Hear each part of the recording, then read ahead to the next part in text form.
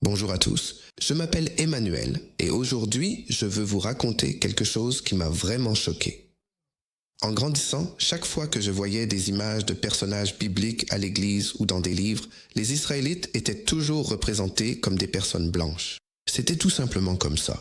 Puis un jour, mon père m'a dit quelque chose qui m'a fait réagir. « Attends, quoi ?»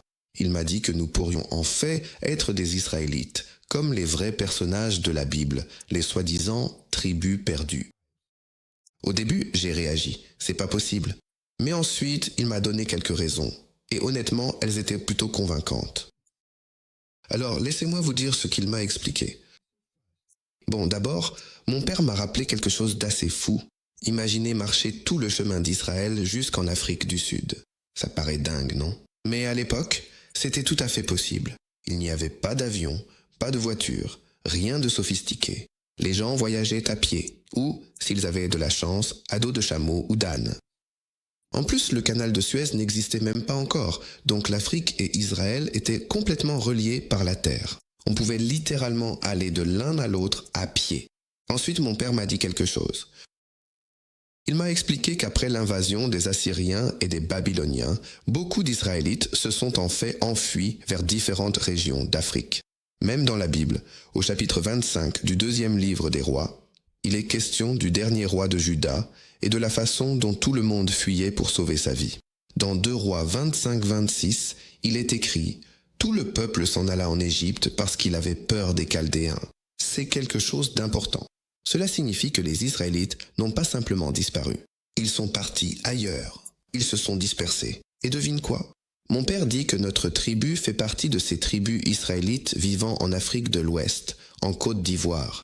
Il dit même qu'il en a la preuve, ce qui, honnêtement, m'a fait réfléchir. Et s'il avait raison, bon, alors écoute ça. Notre tribu fait en réalité partie d'un groupe plus large de tribus, et voici quelque chose de super intéressant que mon père m'a raconté. L'une de ces tribus dans ce groupe a reçu son nom d'après ce que les gens avaient l'habitude de les appeler. On les appelait les enfants de Juda, mais voilà le rebondissement.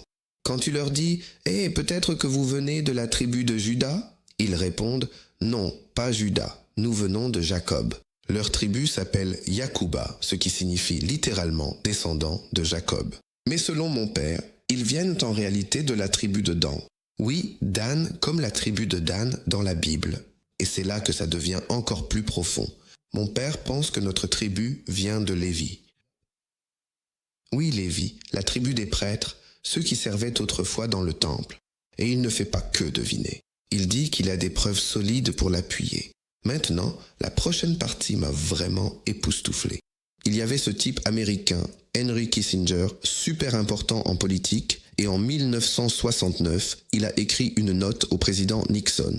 Dans cette note, il a parlé du peuple Igbo du Nigeria et les a appelés les Juifs errants de l'Afrique de l'Ouest. Genre, il l'a littéralement dit. Mais même avec ça, certaines personnes ne veulent tout simplement pas y croire.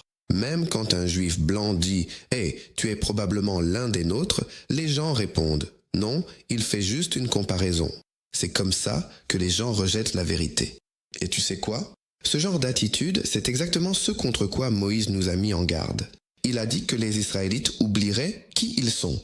Ils perdraient leur identité, leurs racines. Et quand quelqu'un essaierait de leur rappeler, ils balayeraient ça d'un revers de main comme si ce n'était rien. C'est un peu triste, non? Mais en même temps, ça fait vraiment réfléchir. Et si nous étions en fait le peuple dont parle la Bible? Et si tous ces indices, nos noms, nos cultures, nos traditions étaient liés? Laisse ça faire son chemin dans ton esprit. Avant de continuer, n'oublie pas de liker, de partager cette vidéo et de t'abonner.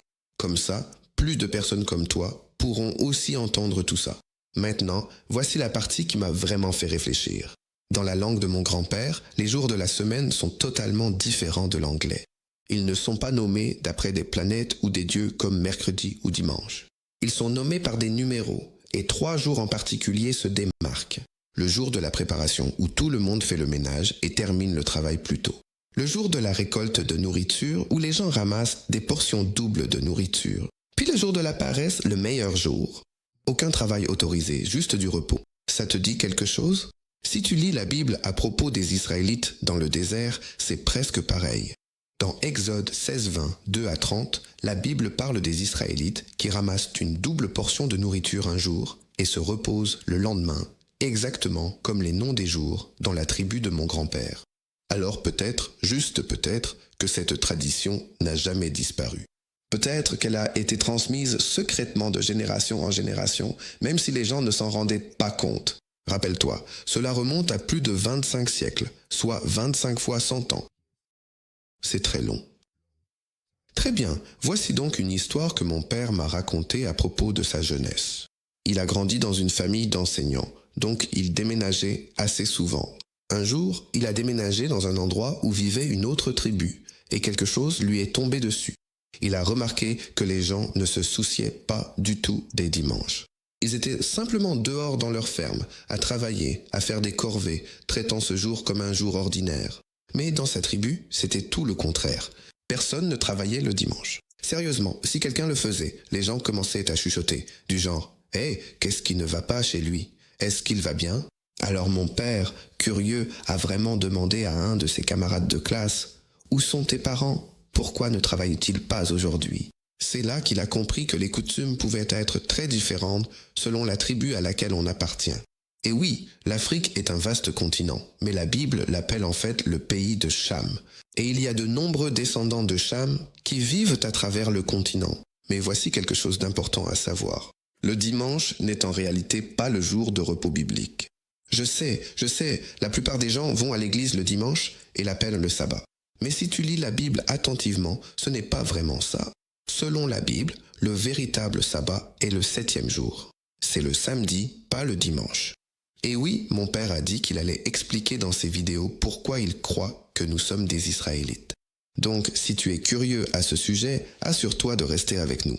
Je ne dis pas que c'est prouvé à 100%, mais ça m'a vraiment fait réfléchir. Ce n'est peut-être pas juste une histoire. Ça pourrait parler de qui nous sommes vraiment. Nos noms, nos traditions, même les jours où nous nous reposons, tout cela pourrait être lié au peuple de la Bible. Alors, qu'en penses-tu? Est-il possible que nous soyons des Israélites? Ta tribu est-elle israélite? As-tu déjà vu des descendants de la tribu perdue d'Israël?